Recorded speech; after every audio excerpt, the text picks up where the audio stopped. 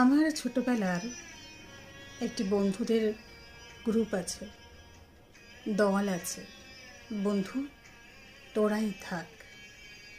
তাদের জন্মদিনে আমার কিছু শব্দ তাদেরকে আমি দিয়ে থাকি।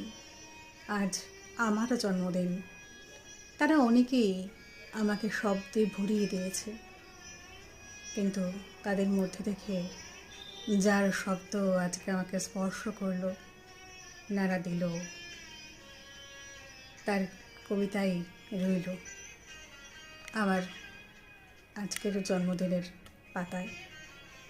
ঝুমা বসে জানালায় হাতের খাতায় লিখে যায়, নির্জন পচা দুপুরে মেঘের ছায়া ছুঁয়ে যায়।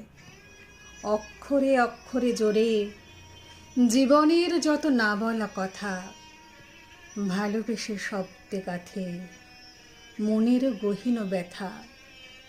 কবিতায় তার নিরালায় সাথী, শব্দেই তার প্রেমিক ছায়া।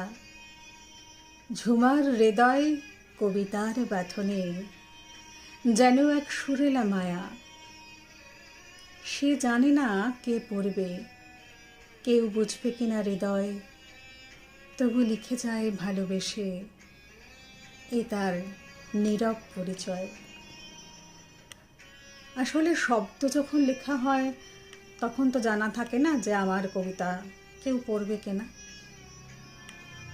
আদৌ কেউ পড়ে কিনা।